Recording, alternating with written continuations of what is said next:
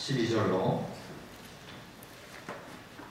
19절까지 저 같은 성경 280이면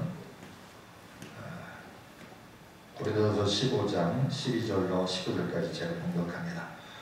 그리스도께서 죽은 자 가운데서 다시 살아나셨다 전파되었거늘 너희 중에서 어떤 사람들은 어찌하여 죽은 자 가운데서 부활이 없다 하느냐. 만일 죽은 자의 부활이 없으면 그리스도도 다시 살아나지 못하셨으리라. 그리스도께서 만일 다시 살아나지 못하셨으면 우리가 전파하는 것도 헛것이요 또 너희의 믿음도 헛것이며 또 우리가 하나님의 거짓 증인으로 발견되리니 우리가 하나님의 그리스도를 다시 살리셨다고 증인하셨습니다. 만일 죽은 자가 다시 살아나는 일이 없으면 하나님이 그리스도를 다시 살리지 아니하셨으리라. 만일 죽은 자가 다시 살아나는 일이 없으면 그리스도도 다시 살아나신 일이 없었을 터이요 그리스도께서 다시 살아나신 일이 없으면 너희의 믿음도 헛되고 너희가 여전히 죄 가운데서 있을 것이요 또한 그리스도 안에서 잠자는 자도 망하였으니 만일 그리스도 안에서 우리가 바라는 것이 다만 이 세상의 산부리는 모든 사람 가운데서 우리가 더욱 불쌍한 자이라. 아멘.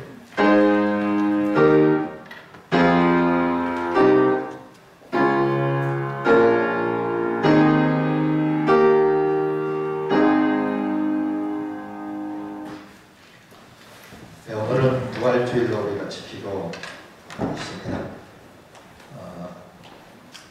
코로나 때문에 지금 전 세계가 난리 나고 또 우리나라도 완치됐다가 재발하는 사람도 있고 또 이렇게 학교 개학이 이루어지고 잠시 방심하면서 또 선거 끝나고 나서 또 정부 측에서도 안이한 대처가 있을 수도 있고 또 이런저런 부분들로 코로나 때문에 어려움이 있습니다. 그런 가운데서도 오늘 또 이렇게 못 나오던 분들이 이렇게 세 분이나 다시 나오셔서 너무나 감사하고 기쁩니다. 주중에 청소하시고 개인 기도하시고 이런 모습들이 저에게도 또 우리 성도들에게도 위로가 되는 점이 있습니다. 저는 이제 코로나가 어떻게 되든지 간에 우리가 예방과 소독과 우리가 할 수 있는 일은 철저히 하면서 우리가 수요 예배도 금요 예배도 회복되기를 원합니다. 그래서 여러분들이 이를 위해서 기도해 주시고 우리가 예배를 시작한다라고 선언하는 게 중요한 것이 아니라 오히려 이런 데를 통해서 그동안에 예배를 좀 등한히 하고 예배를 좀 소홀히 했던 우리 신앙을 점검하고 더욱더 예배를 사모하고 무슨 일이 있어도 이제는 예배를 놓치지 않겠다. 이런 마음들이 모아져서 진정으로 예배가 회복돼야 예배가 회복되는 것이지 제가 우리 교회 다시 예배 드립니다 라고 했는데도 안 나오면 아무 의미가 없겠죠. 그래서 4월달 한 달 동안 우리가 5월달에는 모든 예배가 회복될 수 있을 수 있도록 소망하면서 우리가 기도로 준비하고 또 우리가 그런 기회가 주어졌을 때 잃어버렸던 예배들을 온 교회가 회복할 수 있도록 힘써 도와주시면 감사하겠습니다. 주일 예배 후에도 소독이 실시가 됩니다. 한 장로님께서 제가 주일 오후 예배 시간 교회를 지키고 돌아가면 한 5시쯤에 오셔서 소독을 이렇게 하게 되어집니다. 또 교회도 이렇게 못 나오셨던 권사님들조차도 교회 나오셔서 청소도 해주시고 또 오늘은 그 권사님들이 또 예배까지 회복하셔서 얼마나 감사한지 몰라요. 어떤 날은 2번씩이나 와서 청소를 해요. 따따블로. 그래서 저도 굉장히 위로가 되고 그래서 가만 놔둡니다. 네, 성도님들이 오셔서 청소하는 그 마음이 소중하기 때문에 2번 닦으면 어때고 3번 닦으면 어때? 어떤 닦는 게 더 닦는 게 중요하죠. 그래서 이렇게 하고 또 학생들이 이렇게 물을 줍니다. 근데 법사학생들이 물까지 줬는데 이쪽 오른쪽에 보면 학원들이 있죠. 그래서 우리 성도님들이 지나가다가 혹시 교회 주변에 볼 일이 있다든지 그러면 저한테 오셔서 목사님 물 주고 갈래요. 제가 지금 학원 몇 개 되지도 않는데 물 주는 거 한 15분이면 끝나요.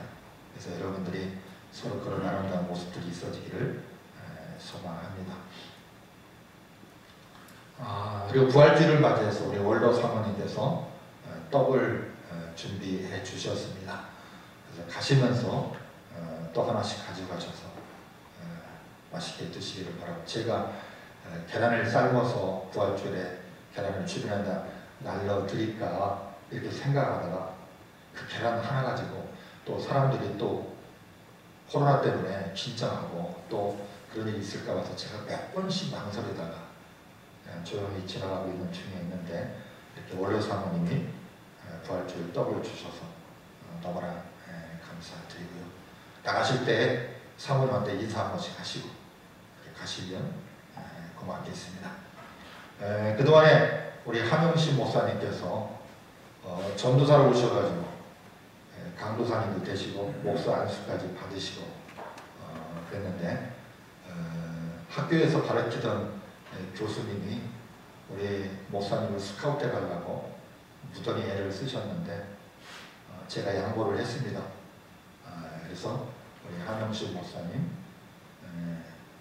갑자기 그쪽에서 오시라고 해서 인사를 못 드리고 오늘부로 사임을 합니다. 그동안에 우리들을 위해서 섬겨주셨는데 여러분들 앞날을 위해서 또 목회자의 길을 위해서 여러분들 기도 많이 해주시고 이런저런 얘기 또 부정적인 얘기들은 한마디도 나오지 않았으면 좋겠습니다. 예배 후에 우리 두 분 장로님 우리 교자들 잠깐 세가족 부실에서 모이도록 합니다. 위해서 기도해 주시기 바랍니다. 한번 인사합시다. 오늘 또 나와주셔서 감사합니다.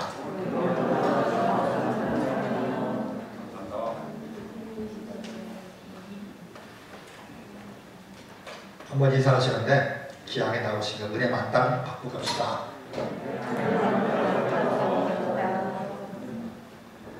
여러분들 우리 교회가 반절이 결석하고 있는데 여러분들 아멘을 배로 해주셔야 돼요. 소리도 배로 하시고 아멘도 배로 하시고. 왜?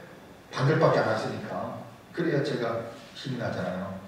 인터넷으로 예배를 드리는 목사님들이 너무 힘들다고 얘기를 해요. 요새 프로야구도 무관중 경기를 한다고 그러는데 많은 프로야구 선수들이 우리는 이 팬들이 와가지고 뭐 응원을 해주고 이렇게 해야 우리가 힘이 나는데 선수들끼리만 무관중으로 게임하면 집중도 안 되고 힘도 안 나고 목사님도 마찬가지예요. 그래서 설교하는데 카메라만 보고 설교할 때 그것처럼 맹맹거리는 게 없습니다.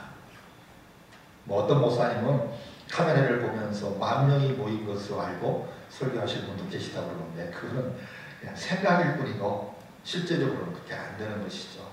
그래서 저와 여러분들이 이런 때일수록 우리가 교회 나올 때마다 힘이 있어야 됩니다. 그리고 저도 힘있게 설교를 해야 되고 여러분들도 다른 때보다도 더 힘있게 아멘으로 화답할 수 있는 예배가 되기를 축복합니다. 그래서 성가대 못 쓰는데 우리가 성가대 우리 찬양할 때도 다윗처럼 힘있게 하나님을 찬양할 수 있는 교회가 돼야 돼요. 기독교 신앙에서 예수님의 십자가의 죽음과 부활을 빼놓으면 시체예요. 예수님의 십자가의 죽음과 예수님이 십자가에 죽으셨다가 3일 만에 부활하신 이 메시지가 없다면 기독교는 다른 종교나 마찬가지일 거예요. 아무 의미가 없고 생명력이 없는 종교일 뿐입니다. 그래서 이 불교에서 원래 불교라는 것은요 윤회설을 주장하던 불교가 아닙니다. 그러나 이 석가모니를 중심으로 해서 이제 자기들이 어떤 하나의 종교를 만들어내기 위해서 추가적으로 만들어낸 게 윤회설이에요. 윤회설이라는 것을 만들어낸 거예요. 그래서 이제 이 돌부처 앞에 가가지고 108번뇌 모든 염려와 근심과 불안을 염주 돌리면서 목탁 두드리면서 그것을 잊어버리는 거예요. 근데 여러분들 잊어버린다는 게 쉬운 일이 아니에요. 사람은 잊어버렸다가도 누군가가 조금만 자극을 주고 누군가가 옛날에 그 쓴뿌리를 건들기만 해도 팍팍 올라오는 게 사람이에요. 근데 그래서 이 아무리 뭐 유명한 스님들이라 할지라도 평생을 목탁 두드린 사람이라 할지라도 그 잊어버리기가 쉽지 않은 거예요. 꿀떡꿀떡 올라오는 거예요. 불교는 신방도 없고 그러다 보니까 뭐 불교에서는 뭐 따로 뭐 정해놓은 어떤 그런 여러 가지 프로그램들도 없다 보니까 사람과 사람끼리 이 중들께서 부딪히는 일이 거의 없어요. 그러니까 사람 때문에 열받을 일이 별로 없어요. 근데 이분들은 사람 관계에서 열받고 뭐 여러 가지 풀어내는 데서 굉장히 미숙해요. 여러분들 아무리 지식적인 훌륭한 사람도요, 사람 관계를 맺지 않으면 박사 할아버지라도 사람 관계에서 실패하는 사람들이 얼마나 많은지 몰라요. 이 머릿속에 지식은 있는데 이 사람 관계와 사회 관계 이런 모든 인생에 사는 곳에서 실패하는 분들이 얼마나 많이 있는지 몰라요. 그래서 옛날에도 이 수도원에서 기독교에서도 이 수도원이 중세 시절에 이 수도원이 너무 많이 만들어지고 모든 사람들이 다 경건파들이 다 수도로 올라가고 나무 위로 올라가고 바위 꼭대기로 올라가고 이러다 보니까 사람들과 세상과 등지다 보니까 그때야말로 기독교 역사 속에서 가장 치밀한 시기였다. 가장 침체된 시기였다. 자기들은 나무 꼭대기에 올라가가지고 자기들은 불 속에 들어가서 뭐 1년이고 2년이고 안 나오고 가족들이 먹고 살아야 되니까 밥 나가지고 도시락 나가지고 그랬지만 자기 혼자 막 깊은 어떤 영적인 그런 속으로 들어간다고 큰소리 쳤지만 그때야말로 이 세상이 가장 영적으로 침체된 시기가 중세 수도원 시대예요. 그래서 교회는 세상을 향해서 침묵하면 안 돼요. 우리가 지금처럼 정치가 되고 이런데 우리가 어떤 당에 들어가서 어떤 정치하는 것, 저는 저 개인적으로도 그렇고 기독교인들이 선을 그어야 돼요. 국민으로서의 선거를 하고 국민으로서 말할 권리도 있고 국민으로서 누려야 될 권리도 있고 의무도 있지만 기독교인들이 교회가 목사가 정치에 치우치고 균형과 조화를 이루지 못하면 저는 안 된다고 생각해요. 사람이 할 수 없는 일을 하나님께 기도하고 하나님 지금도 살아계시고 하나님 지금도 역사하고 계시고 그래서 인간의 영역과 내가 할 수 없는 부분을 하나님께 기도하고 하나님이 섭리하시고 하나님이 역사하실 때를 기다리는 거예요. 그래서 오늘 이 고린도 교회 안에 무슨 문제가 발생됐냐면 예수 믿고 구원받았다는 뭐 신나는 그런 어떤 신나게 신앙생활을 해요. 그래서 뭐 구원받았다고 뭐 죄 가운데서 이제 해방되었다고 나는 이제 더 이상 죄인이 아니라고 뭐 의인이라고 그러면서 할례받은 사람들은 할례를 자랑하고 세례받은 사람들은 세례를 자랑하고 침례받은 사람들은 침례를 자랑하고 바울한테 세례받은 사람들은 바울의 세례를 자랑하고 베드로한테 세례받은 사람들은 베드로의 세례를 자랑하고 이런 일들이 이루어지는 가운데에 고린도 교회를 바라볼 때에 사도 바울이 아쉬운 점이 하나 있었어요. 그 뭐냐면 부활신앙이 약하다는 거예요. 내세에 대해서 너무나 고린도 교인들이 지금 현세적인 것만 급급하고 그러다 보니까 내가 구원받고 내가 이 땅에서 복받아야 되니까 뽁뽁뽁뽁만 하는 거예요. 그러다 보니까 천국은 먼 훗날의 얘기고 천국은 뭐 다음의 일이고 그다음에 천국에 대한 소망도 부활의 신앙에 대한 신앙도 없고 그냥 예수 믿고 구원받고 예수 믿고 제사받고 예수 믿고 복받아야지 이런 쪽만 편중되어지는 이 고린도 교회의 모습을 발견하는 거예요. 그래서 이제 사도 바울이 고린도 교회를 향해서 오늘 메시지를 주는 거예요. 예수님이 십자가에 죽으셨다가 부활이 없다면 뭐라고요? 사도 바울이 제일 불쌍한 자라는 거예요. 그리스도의 부활이 없다면 모든 게 헛것이라는 거예요. 그도 부를 것이 이 사울이라는 사람은요, 이 스데반 집사가 돌로 맞아서 순교할 때 가장 충동질하고 가장 앞장섰던 사람 중에 한 사람이 사울이라는 사람이에요. 왜? 이 사람은 철저한 율법주의자였어요. 철저한 율법주의자다 보니까 이 예수님이 십자가 복음이, 예수님이 전했던 십자가 복음이 이게 율법과 배치되는 것으로 느껴지는 거예요. 그리고 자기는 전통적인 유대인이고 로마 시민권을 가지고 있기 때문에 자기야말로 정말 나보다 율법을 많이 하는 사람 나와봐. 이런 사람이에요. 나보다 율법 잘 지키는 사람 나와봐. 이 사도 바울은 바리새인들과 서기관들, 이 바리새인들과 서기관들이 어떤 부류의 사람이냐면 철저한 율법주의자예요. 철저한 할례주의자였어요. 그랬던 이 사울이라는 청년은 예수님의 십자가에 죽으셨다가 부활한 이 것에 대해서 시체설, 부인설, 환상설, 기절설 이런 것들을 하면서 예수님의 십자가에서 부활한 것을 어떻게든지 감추려고, 요즘 말로 언론 플레이를 얼마나 많이 했는지 몰라요. 제사장들과 바리새인들과 서기관들을 충동질합니다. 이 로마에서요, 이런 사람들 쫙 파악하고 있어요. 그래서 이런 사람들을 충동질하는 거예요. 그래가지고 이 바리새인들과 서기관들과 율법주의자들과 이 제사장들이야말로 예수님이 십자가에 죽으셨다가 부활했던 것을 가장 싫어하는 사람들이에요. 왜? 자기들의 종교 기득권이 뺏기니까. 이 사람들은 예수님의 부활이 중요한 것이 아니라 자기들이 종교의 기득권을 갖는 것이 더 중요한 거예요.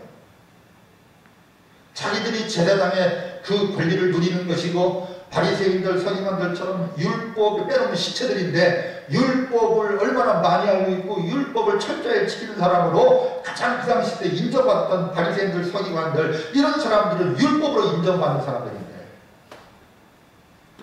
하마치면 율법은 없어지고 예수님 이름으로 세례받고 예수만 믿으면 모든 게 다 해결된다고 생각하니까 자기들이 그동안에 고생했던 거, 율법 공부하느라고, 율법 외우느라고, 율법 지키느라고 자기가 얼마나 절제하고 얼마나 경건에 힘쓰고 이랬던 모든 부분들이 하루아침에 허망이 됩니다. 헛고생이 되는 거예요. 쓸모없는 게 되어버린 거예요. 그렇기 때문에 이 사람들은요, 예수님이 부활했던 것을 제일 싫어하는 거예요. 근데 이 고린도 교회 안에 이런 부류의 사람들, 바리새인들, 서기관들, 할례 받은 것을 자랑하면서 은근히 이방인 그리스도인을 핍박하고 비방하고 무시했던 사람들, 이런 사람들 가운데서 은근히 할례만 자랑하고 율법만 아직도 자랑하고 있고, 한순간에 어느 날 갑자기 이단으로 있고, 어느 날 갑자기 이방인으로 있고, 어느 날 갑자기 율법이나 아무것도 모르던 사람들이 어느 날 갑자기 입으로만 예수 믿는다고 하고, 그 입으로만 예수님을 구주라고 고백하고 나 다 용서받았다. 이런 게 이 율법주의자들, 바리새인들, 서기관들이 볼 때 꼴보기 싫은 거예요. 마찬가지로 이 사울이라는 사람에게는 그런 거예요. 그래서 스데반을 죽이는데 앞장섰던 사람이에요. 그리고 이제 어디에요? 다메섹으로 가서 거기에 그리스도인들이 더 많다더라. 거기 그리스도인들이 더 유별나더라. 이래가지고 이 사울이라는 사람이 그런 사람들을 체포하기 위해서, 박해하러 하기 위해서 가는 중에 이 다메섹 도상에서 부활하신 예수님을 만난 거예요. 그리고 나서 이 사도 바울이 어떻게 합니까? 내가 있는 로마 시민권, 전통적인 유대인, 할례, 내가 많은 재산, 헬라 철학, 이런 모든 학문, 이런 모든 기득권, 이런 모든 것들을 어떻게 했어요? 배설물처럼 여기며 버렸더라. 그런데 그 부활하신 예수를 만나고 이 감동돼서 감격스러워서 이제 부활하신 예수님 만나서 이제 그 예수님만 믿으면 구원받고 그 예수님만 믿으면 천국 간다는 이런 확신이 생겨가지고 그 확신 때문에 이 사도 바울이 모든 것 다 배설물처럼 이고 다 버려버렸는데, 그리고 오직 예수님만 쫓고 있는데 그게 가짜라면 그게 아니라면 이 세상에서 제일 허망한 인생, 제일 불쌍하고 제일 초라한 인생이 누구냐? 바로 자기 자신이야. 그래서 이 바울이 왜 바울만 바울 되어버리 좋은 사람입니다. 요즘 말에 뭐라고요? 판단력, 순발력, 지혜, 리더십, 카리스마, 추진력, 이런 거 뛰어난 사람 중에 한 사람이 바로 사도 바울이에요. 뭐 베드로나 12제자들 깨게 안 돼요. 그 당시 웬만한 사람들, 그 시대의 웬만한 사람들 사도 바울 앞에 오면 빼게 돼야 돼요. 로마 시민권자죠. 전통적인 유대인이죠. 율법을 철저하게 지킨 사람이고 율법을 바울만큼 아는 사람이 드물 정도죠.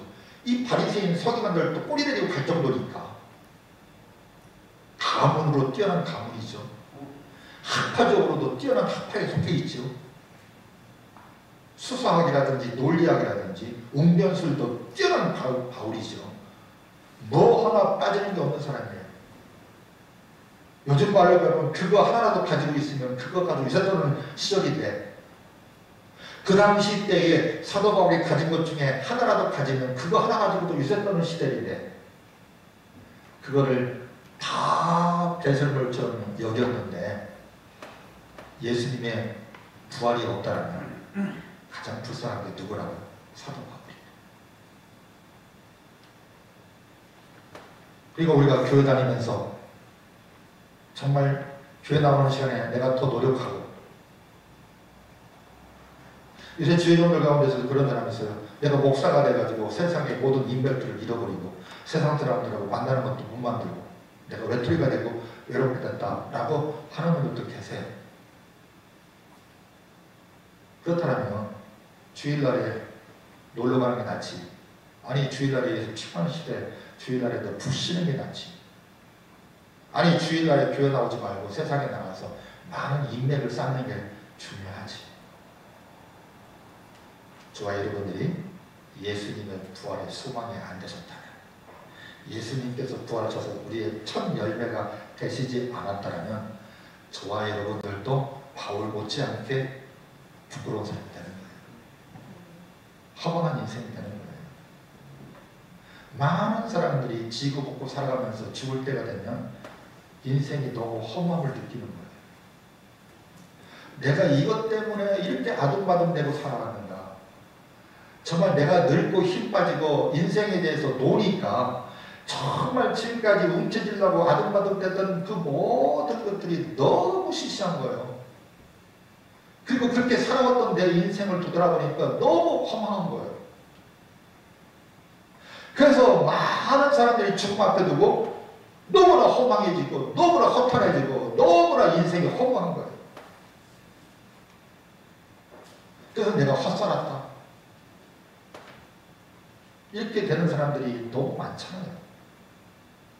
근데 우리는 더군다나 예수님 십자가 부활을 믿고 우리는 지금까지 11조도 냈지, 헌금도 냈지, 교회 와서 충성도 했지, 놀러도 못 갔지, 돈도 좀 들었지, 주일날에는 내가 직장 안 나가고 사업 안 나가고 장사도 안 나가고 교회 나왔지.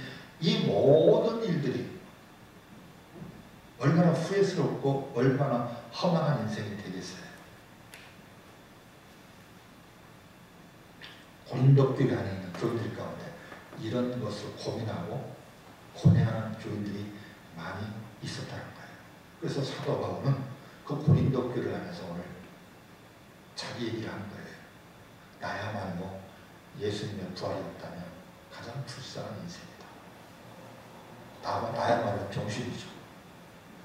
그 많던 재산, 로마 시민권, 요새도 미국 시민권 하나 얻으려고 지금 미국이 많은 사람이 급속도로 많은 사람들이 검사해 보니까 너무나 많은 사람들이 코로나 걸려있고 또 이런 사람들이 너무 치료비도 비싸고 검사비도 비싸고 의료보험 혜택을 못 받으니까 그래서 미국 시민권자가 아니고 이제 미국 시민권을 얻기 위해서 이제는 영주권을 얻고 그 다음에 이런 사람들이 불법 체류하고 불법 취업하고 이런 모든 사람들이 의료보험 혜택을 못 받는 거예요. 이러다 보니까 그런 사람들일수록 가난한 거예요. 그런 사람들일수록 더 지적을 하고 사는 거예요. 그러다 보니까 이제는 미국이 세계 1강국이지만 이 코로나 한 방에 훅 날아가 버린 거예요.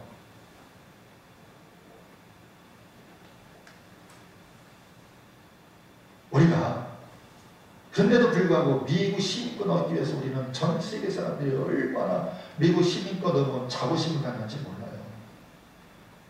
어떤 사람들은 미국 시민권 포기하기 싫어가지고 한국교회에서 담임 목사로 선정이 돼가지고 담임 목사를 모시려고 그러는데 그 담임 목사 가겠다라고 이뤄서 내고 결정이 됐는데도 불구하고 그 교회에서 미국 시민권 포기하고 우리 교회 오세요. 그러니까 미국 시민권 포기 안 하려고 안 오신 분들도 꽤 됐어요. 그 정도로 미국 시민권이 좋은 거예요. 근데요, 이 당시에 바울 시대는요, 로마 시민권은요, 미국 시민권도 하고도 때려요. 그 당시에는 인권이 무시당하는 시절이고요. 그런 시민권조차도 로마의 이 권력 앞에서 지금 미국 시민권은 민주주의잖아요. 그런데요, 보이지 않는 차별이 있고 보이지 않는 이득권이 있고 보이지 않는 이익이 있지만 이 당시에는요, 아예 대놓고 이익이 있고 아예 대놓고 차별을 하고요, 아예 대놓고 무시하고요, 아예 시민권 있는 사람들은 아예 대놓고 자랑하는 거예요. 그렇기 때문에 지금의 미국 시민권보다도요, 이 당시의 로마 시민권은요, 엄청난 몇 배의 위력이 있는 거예요.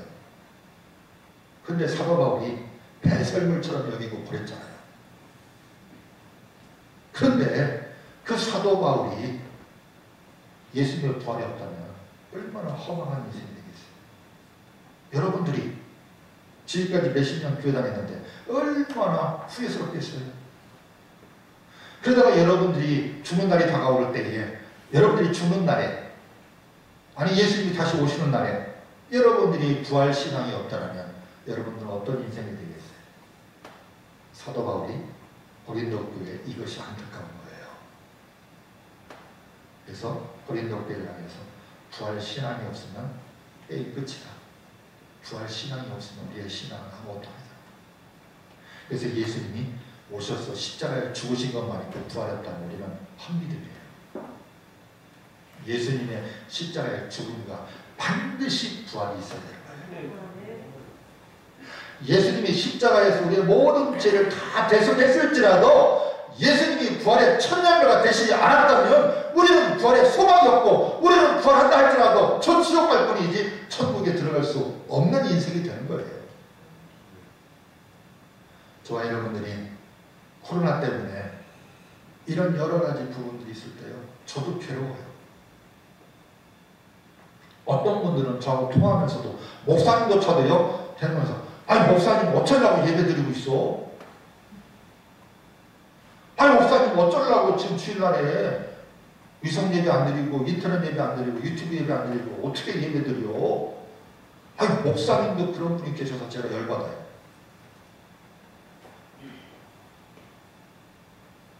저는 분명히 말씀드리지만 그런 식의 예배는 예배가 아닙니다.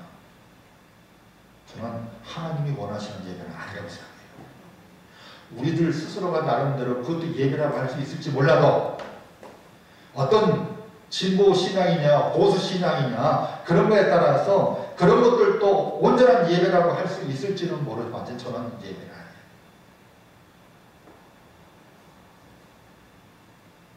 앞으로 그걸 예배라고 인정한다면 한국에 문 닫아야 됩니다. 이 시대가 그렇게 돼버립니다. 이제 코로나 현상이 일어나고 이제는 우리나라뿐만 아니라 전 세계가 이제는 모든 문화가 바뀔 겁니다. 모든 단체로 모이는 것, 그래서 너무나 가족끼리도 너무나 개인 플레이가 심했는데 이제는요 애인끼리도 만나가지고 뽀뽀 안 돼요. 만나가지고 데이트를 하는데 심지어는 만나서 성적인 관계를 맺는데도 불구하고 뽀뽀를 안 한다는 거예요. 이거 무슨 이거야말로 웃기는 거죠. 사람이 그렇게 되는 거예요. 그래서 앞으로 한국뿐만 아니라 전 세계가 이제는 모든 영역에 있어서 인간과 인간이 더불어 사는 그런 모든 영역에 있어서 정말 급속도로 놀라운 변화가 일어날 겁니다.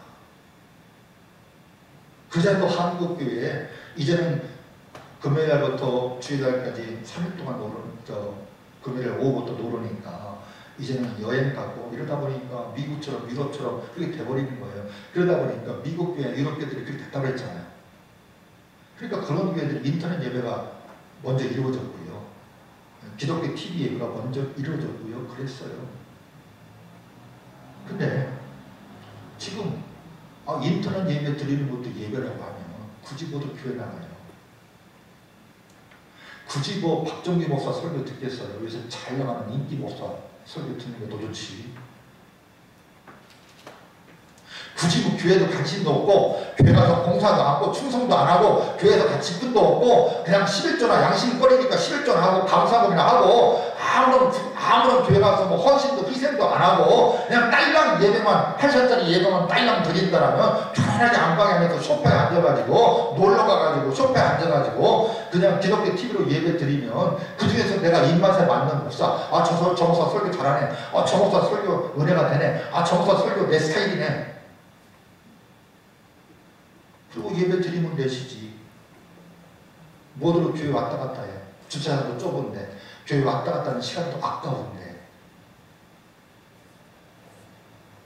그리고 꼭 11시 꼭 그때 예배 드려야 되나 자기 편리한 시간에 언제든지 틀으면 나오는데 또 요새는 다 유선방송이기 때문에 내가 원하는 목사 내가 원하는 설교 듣고 싶으면 언제든지 24시간 언제든지 아무 때나 내가 클릭해가지고 볼 수 있는 시절인데 그게 예배라고 생각한다면 요새 그것이 예배라고 하는 목사님들이 많아요. 저는 예배가 아니라고 생각합니다. 예배라고 말할 수 있을지는 모르지만 제가 원하는 온전한 예배는 아니라고 생각합니다.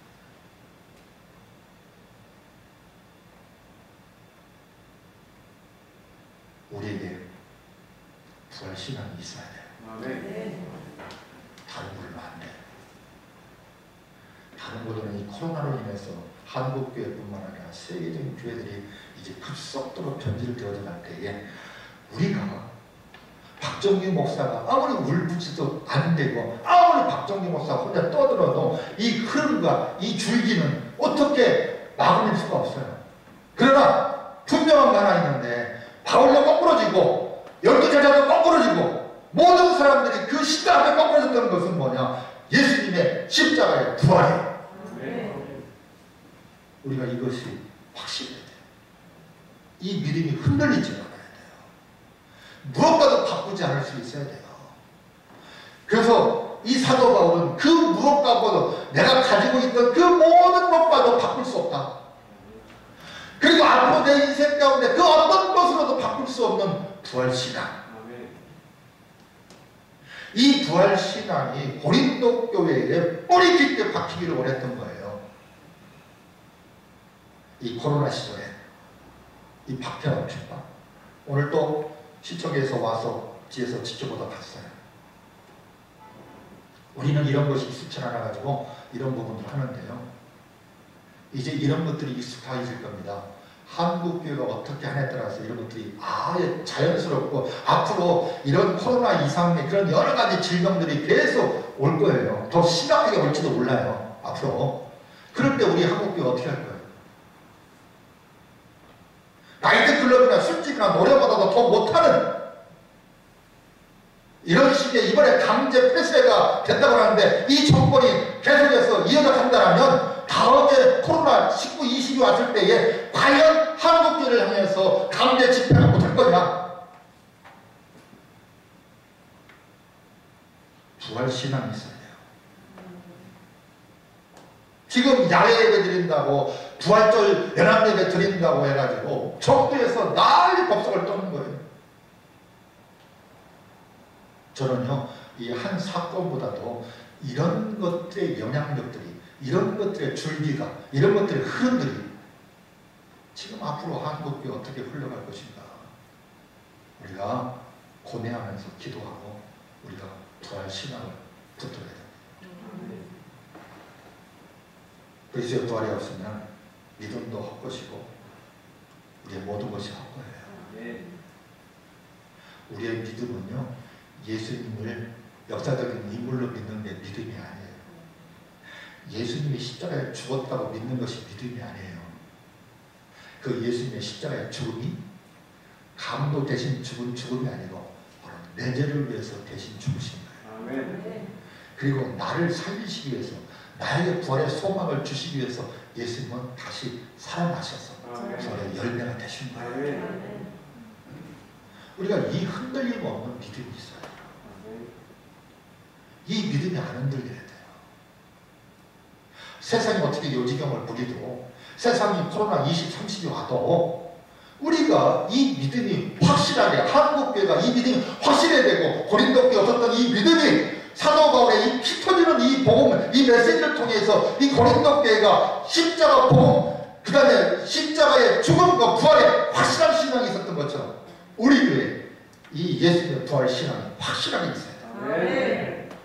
그래야 세상이 어떻게 바뀌더라도, 코로나 20, 30 오더라도 우리 교회가 믿음 지킬 수 있는 거예요. 우리가 온전한 예배를 지킬 수 있는 거예요. 저는 앞으로 이런 것들이 온다면 저는 우리 교회 온전한 예배를 드리기 시작할 거예요. 앞으로 코로나 20, 30이 오더라도 한국 교회가 이 준비가 돼야 돼요.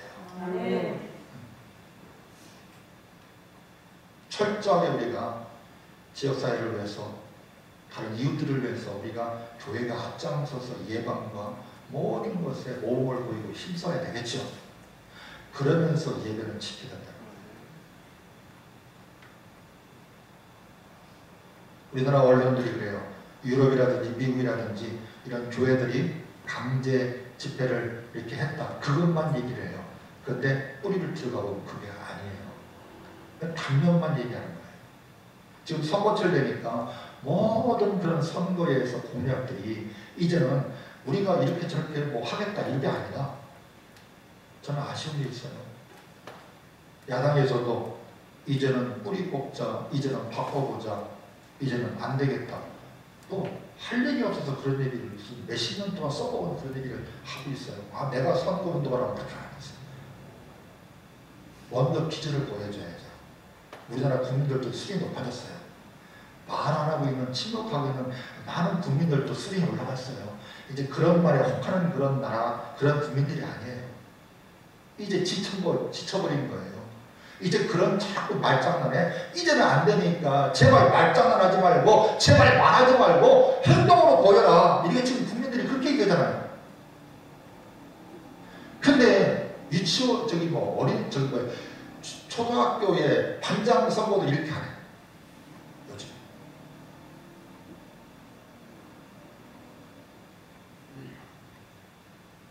이 설교가 유튜브로 나갈 거예요.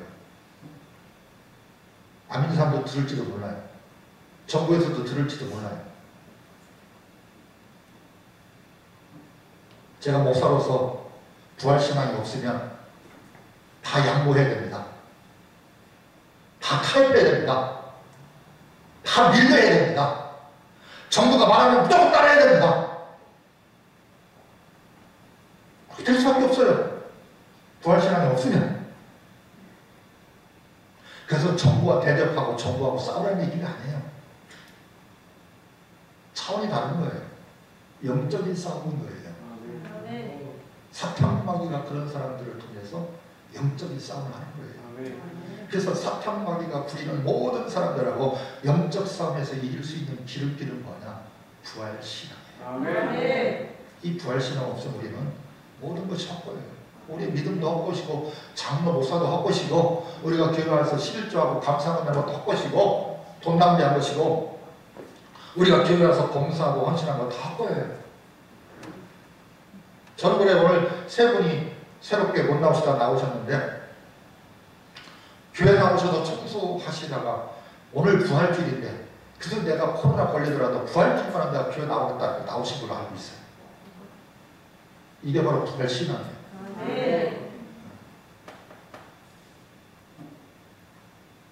그 다음에 부활이 없으면 가장 불쌍하죠. 저도 생각해봐요. 저도 바나나 목사입니다. 돈 없을 때 없고, 돈 없어서 힘들 때가 있고, 너무나 고통스러울 때도 있어요. 돈 때문에 우리 아내하고도 짜증낼 때도 있고, 다툼할 때도 있고 그래요. 근데요, 저에게 부활신앙이 있다면, 부활신앙이 없다면 가장 불쌍한 사람, 이 세상에 가장 불쌍한 사람이 사도 바울이고요. 이 세상에 그 다음에 불쌍한 사람들이 목사들이에요.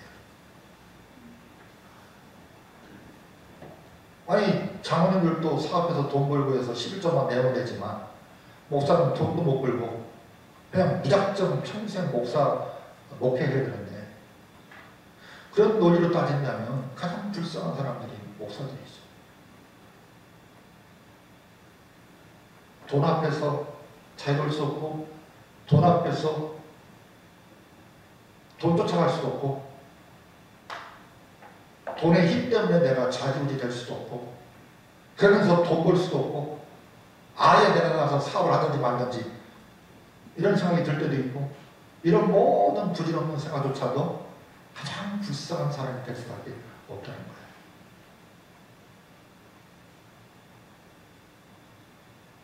저는요, 2달 동안 교회 지키면서 온갖 세상의 온갖 광명수와 이런 부분에서 제가 이런저런 무언의 압력을 받고 있는데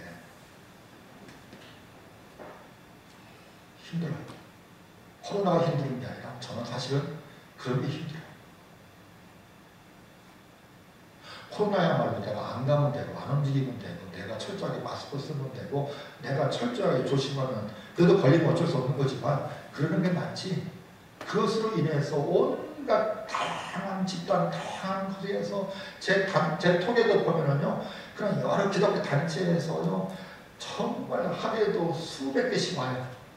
그래서 제가 오직 했으면 이제 다 무으로 해놨어요.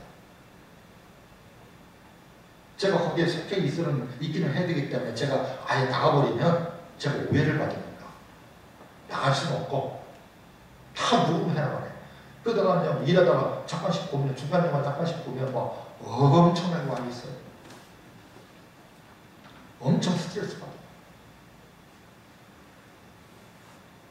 근데 우리의 신앙이, 부활의 신앙이 없다면 저와 여러분도 가장 불쌍한 사람. 옆에 분들한테 인사합시다. 예수님의 부활이 없으면 당신이 제일 불쌍한 사람이에요.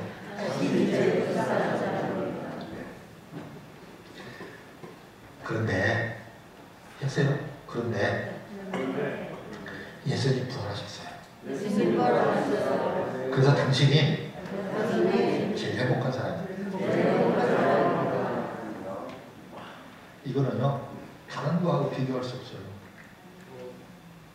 예수님의 부활에 대한 기쁨과 감동은요, 다른 것으로 비교가 안 돼요. 비교 불가해요. 그걸 여러분이 느껴야 돼요. 바울은 비교 불가, 자기가 가지고 있는 모든 자랑으로 삼았던 그 모든 것과 이 부활신앙은 비교 불가. 다 버리고 예수님만 쫓아가요. 만약에 베드로가 부활하신 예수님 만나고 정말 그가 거듭나지 않았더라면 예루살렘 교회는 존재할 수 없었습니다. 사도 바울이 담에색 도상에서 부활하신 예수님 만나고 그가 거듭나지 않았더라면 초대교회가 없었을 겁니다. 한국교회 우리 믿음의 선조들이 이 부활신앙에 확실한 믿음이 없었더라면 한국교회 존재하지 않았을 겁니다. 그리고 한국교회가 교회 역사 속에서, 100년의 역사 속에서 수많은 굴곡들이 있었지만 그래도 한국교회는 이 부활신앙이 확실했습니다. 저도 어릴 때부터 목사님이 위대한 목사님도 아니고, 목사님이 실력 있는 목사님도 아니고 그랬지만, 또 옛날에 제가 그 개화산에 올라가면 그 목사님이 사무실이에요. 기도원 원장인데 그분이 정말 기도원 조용하고 막 산동네 산꼭대기에 막 조용하게 천막 쳐놓고 그런 기도원에 있었어요. 그때 우리는 연합수련회 한다고, 학생부 연합수련회 한다고 들어갔어요. 근데 거기 전도사님이었는데 그 전도사님이 이름이 무식이야. 처음에는 뭐 서무식 해도요 막 버티더만 나중에 목사 안수 받고요 무식을 바꿨더라고요. 이런 거예요. 하도 많은 사람들이 서무식 목사 그러니까 그 하필 또 무식이 뭐야 또 이렇게 되니까 그 목사님이 하도 무식하다고 무식한 목사 되기 싫어가지고 이름 바꾸더라고요. 이름 바꾸는 게 문제가 아니라 우리가 부활신앙이 있어야 되는 거예요. 우리 교회에 부활신앙이 있는 교회, 우리 교회가 앞으로 부활신앙이 흔들리지 않는 교회. 그래서 지금까지도 성경의 고린도 교회가 기록된 것처럼 우리 기독교 역사에 우리 수원등록교회가 존재할 수 있는 교회가 되길 바랍니다. 바로 저와 여러분들의 부활신앙입니다. 그래서 오늘 또 그 부활의 기쁨과 감격으로 비교 불가의 행복을 누릴 수 있는 저와 여러분이 되시기를 주의 이름으로 축복합니다. 하나님 감사합니다. 오늘 주신 말씀 붙들고 우리가 부활신앙을 갖고 세상에 나가 진정한 승리자의 감동의 삶을 누리게 하여 주옵소서. 한국교회가 코로나로 인해서 전 세계교회가 코로나로 인해서 부활주의를 치부한 가운데 지키고 있지만 오늘부로 모든 교회들이 부활신앙으로 일어서게 하시고 다시 한번 한국교회가 불붙는 역사가 일어나도록 축복하여 주시옵소서. 예수님 이름으로 기도하옵나이다. 아멘.